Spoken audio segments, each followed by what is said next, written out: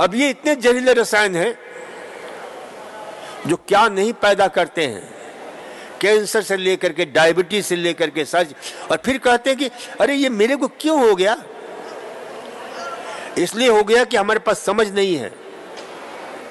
इसलिए हमारे पुरखों ने कहा कि भाई देखो, मन है कि मानता नहीं है, तली भुनी चीजें खानी भी है तो खाओ, लेकिन उसके लिए प्रायश्चित भी करना पड़ेगा। जैसे हमारे पुरखों ने कहा कि साल में 2 बार मौका देते थे हमारे पुरखे अचरा कचरा खाने के लिए, जंक फूड खाने के लिए। और वो 2 दिन कौन सा होता था? होली और दिवाली के दिन। जितना कचरा भरना है भर लो। और होली के बाद तुरंत नवरात्रि आती थी, ताकि जो है आप अपने शरीर को डिटॉक्सिफाई करो। जो एक दिन कचरा खाया है, एक दिन जो गंदगी डाली है, पुआ पकौड़ी है, पता नहीं क्या क्या, चाट पकौड़े, तो उसको डिटॉक्सिफाई करना है। तो 9 दिन फलाहार करो, रसाहार करो, उपवास करो, फिर एक दिन खाने का मौका मिलेगा दिवाली के दिन, तो उसके पहले शरीर को तैयार कर लो, 9 दिन डिटॉक्सिफाई कर लो, तब दिवाली के खाने का जो है आप जो है आनंद ले सकोगे। और अभी तो रोज हम होली और दिवाली मना रहे हैं। लोग जो है ना, मैंने देखा है,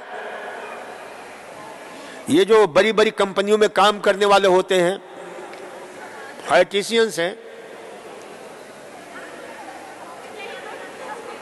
खुद हमारे, अब तो उनकी आदतें ठीक हो गई हमारे संपर्क में रह करके,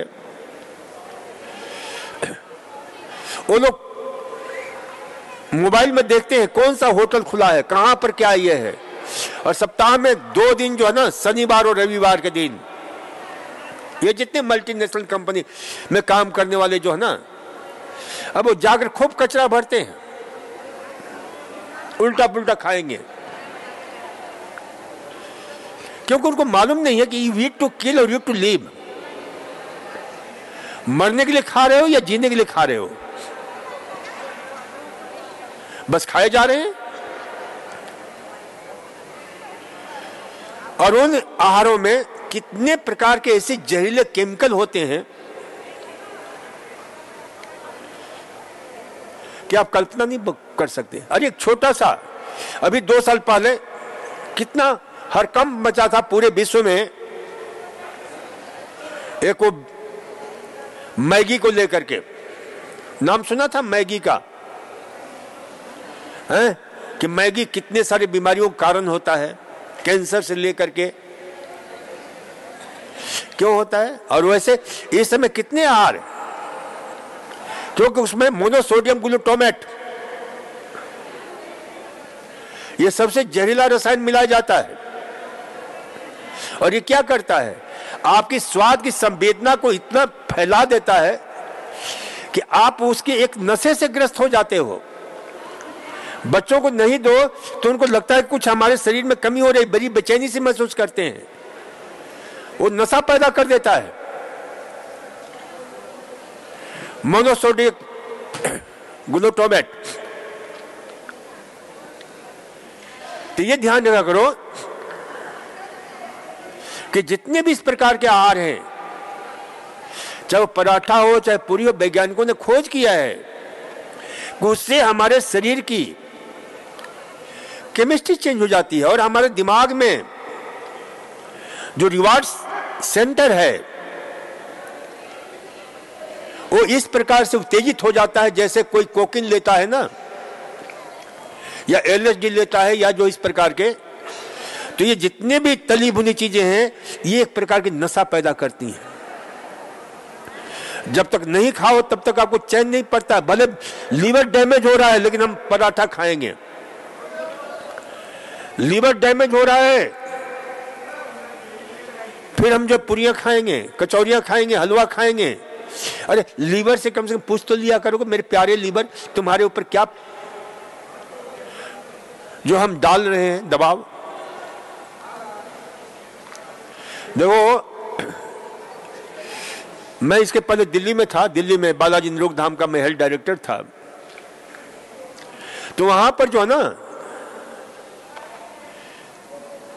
प्रायः मैंने देखा कि दिल्ली वालों को लीवर की गड़बड़ी जरूर मिलती है। किसी को स्लगिश लीवर है, किसी को इलार्जमेंट है, किसी को कुछ है, लीवर जरूर खराब है। फिर मैंने उसका सर्वेक्षण किया, पता लगाया कि भाई इसका कारण क्या है। तो दिल्ली वाले सुबह नाश्ता उनका पराठा होता है क्या? वो पराठा जरूर खाएंगे। और मान लो कोई हमारे संपर्क में आ गया, पराठा घर पर नहीं बनता है, तो उन लोगों ने क्या किया कि चांदनी चौक में पराठे वाली गली ही बना दिया है, वहां पहुंच जाते हैं और उनको देखो लीवर क्या स्थिति हो रही है, किडनी की, पैंक्रियास की, डायबिटीज और ये वो, लंबा चौड़ा पेट, लंबोदर। तो लंबे चौड़े पेट को जानते हो विदेशों में क्या बोलते हैं उसको? हैं? बियर्स बेली बोलते हैं। बियर किसको बोलते हैं? भालू को बोलते हैं। और बेली किसको बोलते हैं? पेट को। तो भालू का पेट देखा कितना बढ़िया शानदार होता है, इसलिए ऐसे लोगों को क्या बोलते हैं? बियर बेली। ये एक होश जगाने के लिए है कि जो बियर बेली लोग हैं, या जो है दूसरा उसको विज्ञान की भाषा में कहते हैं, शरीर एप्पल शेप्ड हो जाता है, सेव के आकार का हो जाता है, और वो काफी खतरनाक होता है। तो ये जो बियर बेली, ये सबसे खतरनाक है, क्योंकि इसका सीधा संबंध जिसका बियर बेली है, यानी तोंद बढ़ा हुआ है, जो गणेश जी के परम भक्त हैं, तो वो लोग जो है ना, प्रायः डायबिटीज से, पेट के कैंसर से, महिलाएं हैं uterus cancer, colon ductal cancer, कमर दर्द, इंसुलिन रेजिस्टेंट डायबिटीज तथा कार्डियोवास्कुलर डिजीज, हार्ट अटैक होने की संभावना ऐसे लोगों में ज्यादा होती है। ये 5 बीमारियां विशेष रूप से जो है ना, जो बियर बेली हैं, जो मेहनत नहीं करते हैं, श्रम नहीं करते हैं, जो श्रम नहीं करते हैं उनको क्या बोलते हैं विदेश में, पता है आप लोगों को? उनको बोलते हैं काउच पोटैटो। तो यहां भी बहुत सारे काउच पोटैटो हैं। यहां तो जो है इसलिए कर लेते हैं कि उनको कराया जाता है और थोड़ा पैसा भी खर्च कर रहे हैं। घर जाएंगे तो वही काउच पोटैटो की तरह, अधिकांश, सभी नहीं, और कुछ ऐसे काउच पोटैटो होते हैं निष्क्रिय, आलसी, सेडेंटरी लाइफ जीने वाले, जो मेहनत करते हैं, श्रम करते हैं, लेकिन क्या करेंगे? थोड़ा हाथ तो घुमा लेंगे, पैर घुमा लेंगे, थोड़ा सा जो है 2-4 कदम चल लेंगे, तो उनको बोलते हैं exercising couch potato, activating couch potato. तो इन सब से मुक्त हो, अपने आहार को सही करो। तो ये ध्यान रखना है। चलो कल हम और थोड़ा चर्चा करेंगे। ये कुछ प्रश्न हैं। वेरिकोस वेन्स, वेरिकोस वेन्स जो है ना, आप समझ लो कि होता क्या है। देखो, हमारे शरीर में दो प्रकार के खून की नलियां होती हैं। परमात्मा ने इतना अद्भुत व्यवस्था की है कि एक जो है नली के द्वारा हमारा खून शरीर से, सारे शरीर से, जिसको बोलते हैं डीऑक्सीजनेटेड ब्लड, हालांकि उसको अशुद्ध बोलते हैं, अशुद्ध रक्त बोलते हैं, लेकिन वो अशुद्ध नहीं होता है, उसमें ऑक्सीजन की कमी होती है। डीऑक्सीजनेटेड ब्लड विज्ञान की भाषा में बोलते हैं। वो लेकर के दिल में पहुंचता है और दिल से फिर फेफड़े में जाता है, जहां वो अशुद्ध रक्त ऑक्सीजन से मिलता है, जो सांस हम लेते हैं ऑक्सीजन से परिपूर्ण हो जाता है, उसे बोलते हैं ऑक्सीजनेटेड ब्लड। और वो जब लेकर के पहले दिल में जाता है और फिर दिल से सारे शरीर में शुद्ध रक्त, क्योंकि हमारे एक एक सेल्स उस ऑक्सीजन के भूखे होते हैं, वह उनकी शक्ति होती है, वह उनकी ऊर्जा होती है, वह उनका प्राण होता है, इसलिए उसका नाम ही है प्राण वायु। ऑक्सीजन क्या बोलते हैं? प्राण वायु। तो सारे शरीर में लेकर जाता है। तो वेरिकोस वेन जो होता है, वो जो खून चारों तरफ से समेट करके दिल में पहुंचा रहा है, उसे हम वेन्स बोलते हैं। जो अशुद्ध रक्त, डीऑक्सीजनेटेड ब्लड को कहां पहुंचाता है? कहां पहुंचाता है? दिल में।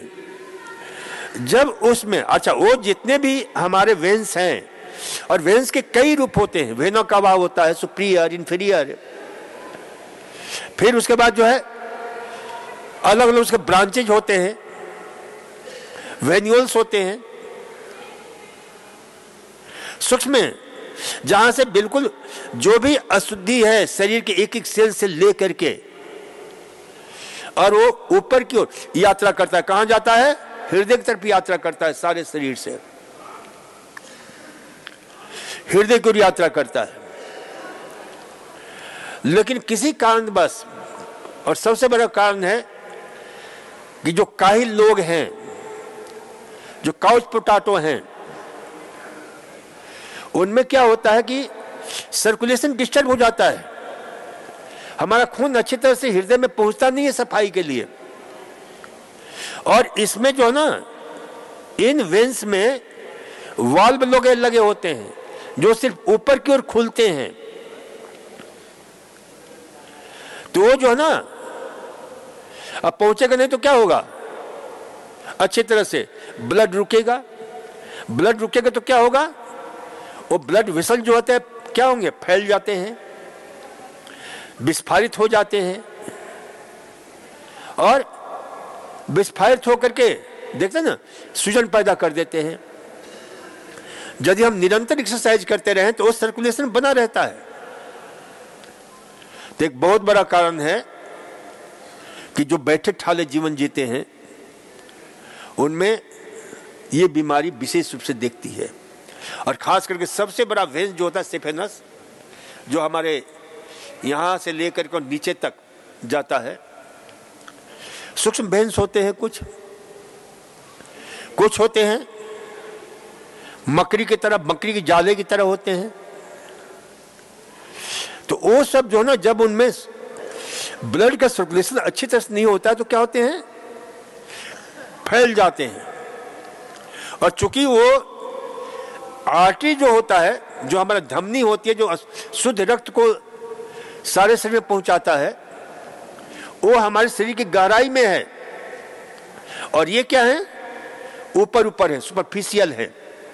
तो तुरंत दिखने लग जाते हैं, पता चल जाता है कि हरे नीले नसें जो है दिखने लग जाती हैं, सूजन होता है, उसमें फिर दर्द भी होता है, इन्फेक्शन भी हो जाता है, खुजली भी होने लग जाती है, घाव भी हो जाते हैं, बड़ी भयंकर स्थिति हो जाती है जब ये जो ना, तो इस प्रकार के। और ये किनको किनको होता है, तो उनको विशेष रूप से होता है जिनके परिवार में इसका इतिहास रहा है, माता पिता। दूसरा उनको होता है जो एक्सरसाइज वगैरह नहीं करते हैं। तीसरा उनको होता है जो लगातार एक जगह खड़े रहते हैं, लेक्चरर लोग हैं, प्रोफेसर लोग हैं, लेक्चर देने वाले लोग हैं, खड़े होकर के जो एक जगह खड़े रहना, तो घूमना नहीं होता। इसलिए इसमें हम कहते हैं कि यदि मान लीजिए एक जगह खड़े भी रहना पड़े, रसोई में खाना भी बनाना पड़े माताओं को, तो थोड़ा सा घूमते रहो रसोई में ही, इधर उधर चलती रहो, खड़े होकर के एक जगह नहीं, तो उसे सर्कुलेशन बना रहता है। तो जहां इस प्रकार से, तो वह जो है हमारे वेन्स में फैल जाते हैं, सूजन आ जाती है। उनको होता है खास करके उन महिलाओं को गर्भावस्था में, क्योंकि प्रेगनेंसी पीरियड में शरीर के अंदर कुछ हार्मोनल परिवर्तन होते हैं और चौथे पांचवें महीने में बच्चा का आकार थोड़ा बढ़ता जाता है धीरे धीरे, तो उसका दबाव पड़ता है आपके नीचे वाले हिस्से में, पेरिटोनियल। तो उस दबाव से विशेष रूप से इंफीरियर वेना कावा वह प्रभावित होता है।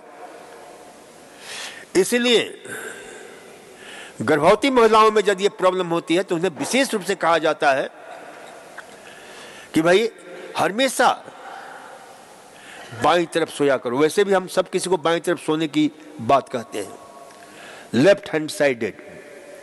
राइट हैंड साइड सोने से क्या होता है कि उसे इंफीरियर वेना कावा पर दबाव पड़ता है, और दबाव पड़ने से वेनु कावा की स्थिति और जो है ना,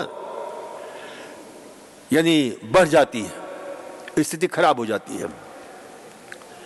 तो ये हार्मोनल चेंज होने से, तो इस प्रकार के जो है अलग अलग स्थितियों में जो है, तो इसमें सबसे बढ़िया इलाज है कि बराबर एक्सरसाइज करते रहो। एक्सरसाइज करोगे कोई प्रॉब्लम नहीं होगी। अब जैसे मेरे को भी, मेरा जेनेटिक्स हेरिडिटरी है, मेरे पिताजी को था तो मेरे है, लेकिन मैं रोज एक्सरसाइज करता हूं, कोई तकलीफ होती नहीं है, न किसी इलाज की आवश्यकता पड़ती है।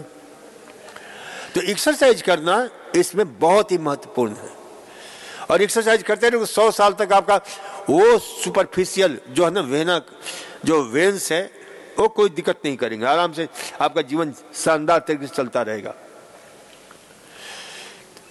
दूसरी चीजें ध्यान में रखनी चाहिए कि जब भी वेरिकोस वेन्स होता है तो कुछ विशेष प्रकार के आहार हमें लेना चाहिए।